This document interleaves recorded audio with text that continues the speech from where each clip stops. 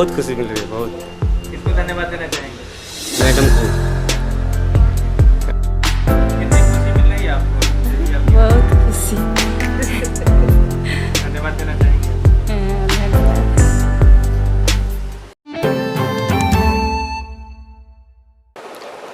नमस्कार, आप देख रहे हैं चौपाल समाचार। चौपाल समाचार की हर खबर समाज पर करती है और आज मैं इस खबर को आपको दिखाने जा रहा हूँ। ये भी समाज से सीधे सीधे जुड़ी है और संबंधित है स्वास्थ्य सेवा से। स्वास्थ्य जानते हैं कितना महत्वपूर्ण है हर किसी के लिए। कहते हैं हेल्थ इज़ वेल्थ, वही सबसे बड़ा धन है। और आज हमारे साथ मौजूद हैं उसी स्वास्थ्य सेवा के विषय पर चर्चा करने के लिए डॉक्टर प्रेरणा सिंह। आप इन्हें जानते भी होंगे कि वर्तमान में जो मुजफ्फरपुर के बैरिया स्थित जो अस्पताल है, माँ जानकी अस्पताल, वहाँ पर ये कार्यरत हैं और साथ ही साथ ये सामाजिक सोच रखती हैं। बेहतरी के साथ ये समाज की बेहतरी के लिए काम कर रही हैं और इनकी बड़ी लंबी जर्नी है। जैसे कि इन्होंने MBBS किया, फिर उसके बाद ये एम्स में भी इन्होंने काम किया है, फिर उसके बाद सोशल वर्क में भी इन्होंने काम किया और माँ जानकी अस्पताल में भी आई। ऐसे मैं इनसे पूछकर और इनसे जानकारी लेकर मैं आपको बताऊँगा, लेकिन दर्शकों को मैं ज़रूर कह दूँ कि कार्यक्रम पूरा का पूरा सामाजिक है। इसमें जो बातें हो रही है वो प्रेरणा जी के एक्सपीरियंस और सोसाइटी का जो कंडीशन है उस पर हम लोग चर्चा करेंगे और ये इनके व्यक्तिगत विचार से हम आपको अवगत कराएंगे। और आप दर्शकों से मैं ज़रूर कहना चाहूँगा कि आप कमेंट करें, आपको कैसा लगा या और भी कोई जानकारी चाहिए होगी तभी आप कमेंट करें। हम बाद में भी इनसे पूछकर आप तक प्रश्न का जवाब पहुँचाने का प्रयास करेंगे। तो आपका बहुत बहुत स्वागत है। Thank you.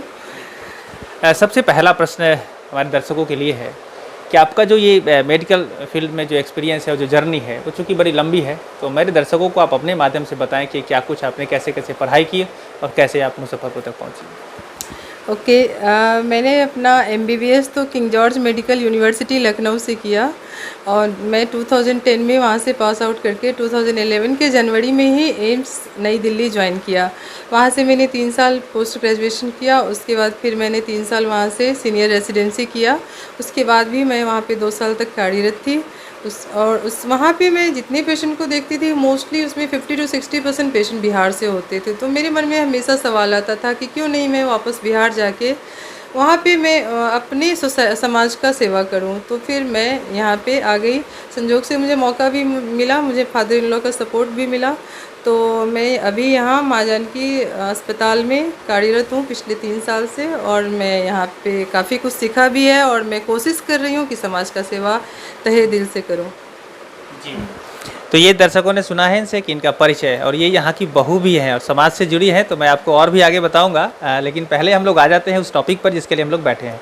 एक बात बताएं, आपने पहले देखा एम्स देखा है आपने और बड़े बड़े संस्थान में आपने काम किए हैं, आज मुजफ्फरपुर में आप लोगों को सेवा कर रही हैं, क्या कुछ अंतर लग रहा है? विशेषकर पेशेंट की जो सोच है वो डॉक्टर के प्रति कैसा यहाँ महसूस हो रहा है मुजफ्फरपुर आकर? हाँ, मुझे थोड़ा तो अंतर ज़रूर महसूस हो रहा है क्योंकि जब मैं एम्स में थी तो वहाँ पे जैसा मैंने बताया 50 से 60% पेशेंट बिहार से ही होते थे। लेकिन वहाँ पे जब हम लोग एडवाइस देते थे, पेशेंट को देखते थे, डायग्नोज करते थे, टेस्ट लिखते थे या सलाह देते थे तो पेशेंट ब्लाइंड फेथ के साथ उसको एक्सेप्ट करता था। बट यहाँ पे मुझे थोड़ा ऐसा फील होता है कि पेशेंट को थोड़ा सा लगता है कि नहीं मुजफ्फरपुर में है, हम कहीं बेहतर जगह चले जाते हैं, शायद पटना चले जाएँ या दिल्ली चले जाएँ, कुछ ऐसा दिमाग में है। तो मैं ये बताना चाहूँगी कि जगह से इलाज नहीं होती है। डॉक्टर मुजफ्फरपुर में बहुत अच्छे अच्छे हैं, आप उनका यूज कीजिए, उनसे सलाह लीजिए और हम लोग भी ऐसा कोशिश करेंगे कि हमारे पेशेंट्स को ज़रूरत ना पड़े बाहर जाने की और अगर ज़रूरत पड़ती भी है तो हम लोग उनको सही सलाह देंगे क्योंकि वो कहीं ना कहीं हमारे ही समाज से जुड़े हुए हैं, हमारे ही माँ बहनें भाई बहन कुछ न कुछ हमारे ही हैं। तो हम लोग उनको खुद गाइड करेंगे कि हाँ आप यहाँ जाइए और वहाँ पे आपको किससे मिलना है, कैसे बेहतर सेवा मिलेगी आपको। जी, तो ये तो बात आपने की कि पेशेंट की सोच कैसी है। चलिए अब ये सवाल तो मैंने अभी सवाल ही लिया है मैंने आपसे और दर्शकों से मैं ज़रूर कहना चाहूँगा बने रहें और हम लोग आगे इस पर एक और जवाब हम आपसे लेंगे। एक सवाल और हम आपसे ले लेते हैं जिसमें कि है कि यहाँ जो आई हैं तो किस प्रकार के बीमारी से आपका जो सामना हो रहा है, लोगों में कितने मतलब ज़्यादा बीमारी किस प्रकार की हो रही है और क्या कुछ लग रहा है कि उनको अवेयरनेस की कमी है या क्या कारण है जो उसको समस्या का सामना करना पड़ रहा है? यस, 3 एस्पेक्ट्स में तो मुझे डेफ़िनेटली लग रही है कि अवेयरनेस की कमी है। फर्स्ट एस्पेक्ट जो है वो है कैंसर। कैंसर में कुछ लोग तो बहुत ज़्यादा डरे हुए हैं, जो कि समय से पहले बच्चेदानी निकलवाना चाहते हैं या बहुत सारी चीज़ें, ये निकाल दो, वो निकाल दो। पेशेंट के ही मन में ये ट्रीटमेंट डिसाइडेड है कि नहीं, हम सब कुछ निकलवा लेते हैं तो हमें कैंसर नहीं होगा। ऐसा नहीं है, डरने की ज़रूरत नहीं है। और कुछ लोग बहुत ज़्यादा ही नज़रअंदाज करते हैं अपनी बीमारियों को, ऐसा भी नहीं करना है। तो कैंसर के जो शुरुआती दौर के लक्षण हैं, उनसे हमको, मुझे जैसा लगता है कि हम अपने प्रैक्टिशनर्स को जो गांव में सेवा देते हैं, जो फर्स्ट एड करते हैं, प्राथमिक चिकित्सा देते हैं, गांव देहात में इमरजेंसी सेवा प्रोवाइड करते हैं, उनको हम अगर ज़्यादा अवेयर कराएं, ज़्यादा नॉलेज प्रोवाइड करें, तो वो लोग बेहतर समाज को बता सकते हैं कि नहीं, आपको ऐसा लक्षण है तो ज़रूर कांटेक्ट कीजिए डॉक्टर को, और ऐसा नहीं है तो फिर आपको डरने की ज़रूरत भी नहीं है।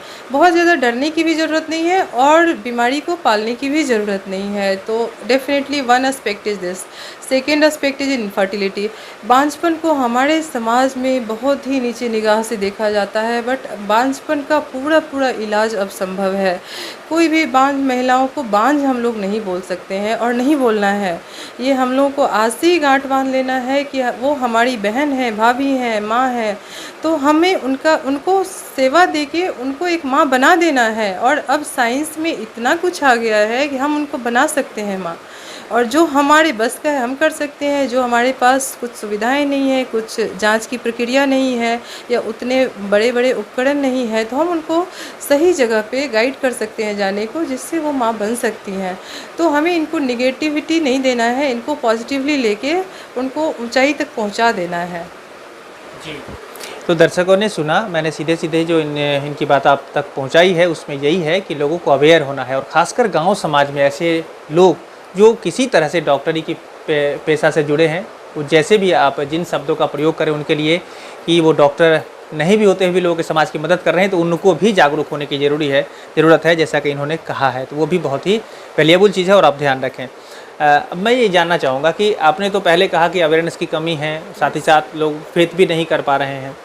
तो ऐसी परिस्थिति में चूँकि आप मुजफ्फरपुर से जुड़ी हुई हैं, तो कैसे लोगों को अपने से जुड़ने को लेकर क्या कुछ किया है? अगर कोई आदमी चाहे कि आपसे जुड़े और आपसे आकर सजेशन ले, तो उसके लिए कोई व्यवस्था आपने बनाई है अपने अस्पताल में या लोगों से मिलने को लेकर? हाँ, बिल्कुल बनाई है। अगर हमारे पास हर तरह की सुविधा बेसिक लेवल पे उपलब्ध है। जैसे कि अगर कोई प्राइमरी हेल्थ चेकअप कराना चाहता है तो वो हम ज़रूर करेंगे। हम उनको एक डेफिनेट डायग्नोसिस बनाकर ज़रूर दे सकते हैं और उनका हर कोशिश कर सकते हैं कि इलाज कर दें। अगर वो लगता है कि नहीं, बहुत हायर सेंटर की ज़रूरत है, तो हम उनको अप्रोप्रिएटली गाइड भी कर सकते हैं। सेकेंड थिंग इज़ कि मोस्टली बांझपन जो हम लोग बोलते हैं, निसंतान दंपतियों के लिए 70 to 80% प्रॉब्लम हमारे ही लेवल पे सॉल्व हो जाएगा। ओनली 20 to 30% दंपति हैं जिनको कि बिहार से बाहर जाने की ज़रूरत पड़ेगी, तो उनको इधर उधर भटकने की ज़रूरत नहीं है। एक बार कंसल्ट कर सकते हैं। जो गरीब पेशेंट हैं उनको सोचने की ज़रूरत नहीं है कि हमारे पास पैसे नहीं है, हम कैसे जाएं। आप सिर्फ भाड़ा खर्च करो, एटलीस्ट हमारे तक एक बार पहुँचो तो सही, उसके बाद हम आपको गाइड करेंगे कि कैसे होगा। और पैसे के लिए सोचने की ज़रूरत नहीं है। आप एक बार आके तो देखो, एक फ्री का कंसल्टेशन लेके देखो। अगर उसके बाद आपको आगे भी हेल्प चाहिए तो हम अपने औकात तक तो कोशिश करेंगे ही आपको आगे बढ़ाने की। तो इसके लिए तो मैं सबसे पहले अपनी टीम की तरफ से भी धन्यवाद देना चाहूँगा, क्योंकि हमारे दर्शक भी बहुत सारे ऐसे हैं जो गांव ग्राम से जुड़े हैं, उनको बहुत माताएं बहनें हैं जिनको परेशानी होती है। तो आपके लिए बहुत ही सुनहरा अवसर है कि सीधे डॉक्टर प्रेरणा मैम आपको देख पाएंगी। और फर्स्ट जो जानकारी है, जो कंसल्टेंसी की बात की, वो भी उन्होंने कहा कि आप आकर इनसे मिल सकती हैं और वो सारा कुछ अपने औकात पर इनकी मदद ज़रूर करेंगी। तो इसके लिए आपको मैं बहुत बहुत धन्यवाद देना चाहूँगा। जी, थैंक यू। अब हम प्रश्न आगे बढ़ाते हैं। दर्शकों को मैं ज़रूर कहना चाहूँगा, जैसे आपने टीजर में देखा है कि एक बच्चे को, जो बच्चा बहुत ही मासूम है, मैं आपको फिर से दिखा दे रहा हूँ कि जो की पॉइंट है जिसके लिए आज हम लोग बैठे हैं यहाँ पर, वो बहुत ही बेहतरीन एक एक्सपीरियंस है जो इनके साथ इन्होंने मेरे साथ शेयर किया है, और लोगों के साथ भी मैं शेयर करना चाह रहा हूँ। अपनी पूरी जो हमारी चौपाल समाचार की टीम है और साथ ही साथ हमारे चौपाल समाचार के 2 भी दर्शक हमारे परिवार से हैं, जान लें कि एक ऐसी माँ यहाँ पर, मतलब एक जो बहन है, वो उनको बच्चा हुआ है जो बहुत ही कॉम्प्लिकेटेड सिचुएशन रहा है, और आज वो बच्चा आपके सामने है, देख पा रहे होंगे आप कि वो बच्चा है। तो उसी पर आज हम चर्चा करते हैं। बहुत ही ध्यान से सुने क्या है वो मामला और कैसे इन्होंने उस माँ को उतनी खुशहाली में बच्चा दिया, बच्चा को जन्म देने में मदद की है, उस पर बात करेंगे। अभी जो बच्चा हुआ आपके यहाँ, जो बहुत ही कॉम्प्लिकेटेड केस रहा है, क्या कुछ उसका स्टार्टिंग था और कैसे आप यहाँ तक उसको बेहतर कर पाई हैं, वो हमारे दर्शकों को बताएं। देखिए, मैं यहाँ पे 3 साल से हूँ मुजफ्फरपुर में। तो जब मैं आई थी दिल्ली से, जस्ट आई ही थी, तो उसी विदिन 6 मंथ्स उन्होंने फर्स्ट कांटेक्ट किया था इस पेशेंट ने कि मुझे बच्चा नहीं हो रहा है। तो फिर मैंने उसको जो मुझे सही लगा उस हिसाब से मैंने स्टेप वाइज ट्रीटमेंट उसका शुरू किया। उसने कंसीव भी किया, बट केस कुछ कॉम्प्लिकेटेड था उस समय, उसका अबॉर्शन भी हो गया। फिर उसको शायद माइंड चेंज हुआ, पटना गई, ट्रीटमेंट कराई, पटना में सर्जरी भी हुआ उसका, फिर सर्जरी करा के वापस आई। फिर प्रेगनेंसी नहीं हो रहा था, फिर मुझसे मेरे पास आई, फिर मैंने उसका ट्रीटमेंट शुरू किया, प्रेग्नेंट हुई। फिर उसको ब्लीडिंग वगैरह बहुत हुआ सेकंड मंथ ऑफ प्रेगनेंसी में। फिर उसने ब्लीडिंग के दौरान इधर उधर अल्ट्रासाउंड भी कराया, लेकिन केस कुछ ऐसा कॉम्प्लिकेटेड था कि इवन अल्ट्रासाउंड में भी समझ नहीं आ रहा था कि बच्चा है या नहीं है तो ख़राब हो चुका है या क्या है। तो क्योंकि उसके बच्चेदानी में 17 फाइब्रॉइड्स थे, 17 रसौली था, मांस का गुच्छा बना हुआ था, उसमें बच्चा कहाँ खोया हुआ था, एक मासूम सा 1.5 महीने का बच्चा, वो समझ नहीं आ रहा था अल्ट्रासाउंड में भी। फिर मुझे लगा कि नहीं, मैं एक बार खुद से अल्ट्रासाउंड करके माइन्यूटली देखती हूँ, क्या पता कुछ हो। और मैंने उसको कंजर्वेटिवली मैनेज किया। मैंने आगे उसको लाया, एडमिट किया, जो मुझे सही लगा ट्रीटमेंट किया। फिर मैंने 2 हफ्ते बाद फिर से अल्ट्रासाउंड किया तो मुझे कुछ बच्चा दिखा, फिर मैं उसको आगे लाई। आज वही बच्चा सिजेरियन के से डिलीवरी हुआ है, और वही बांझ माँ जिसको हम लोग निगेटिव दृष्टिकोण से देखते हैं, आज माँ बनी है और उसके पूरे घर में खुशहाली छाई है। पुनः धन्यवाद आपका इस सारी प्रक्रिया में अपना सहयोग देने के लिए। मैं दर्शकों को कहना चाहूँगा कि देखिए, ये जो बात अभी सामने आई है, ये एक एग्जाम्पल है। ऐसे बहुत सारी माँ हैं जो कि समस्या से जूझती रह जाती हैं और उनके घर वो बच्चा नहीं आता। I think more than 50 patient deliver कर चुके हैं अभी तक। जो बांझ महिला थी, जिसको कि हमारी सोसाइटी, हम ही लोग बांझ बोलते थे, और आज वो माँ बनी हुई है और उनका घर खुशहाल रूप से चल रहा है। उसी माँ को अब हम अलग दृष्टिकोण से देखते हैं, आज से साल भर 2 साल पहले अलग नज़र से देखते थे। तो इसलिए हमें उस माँ को सपोर्ट करना है, उस बहन को सपोर्ट करना है जिनके साथ ये समस्या हो रही है। आज उनके साथ हो रही है, कल किसी और के साथ हो सकती है।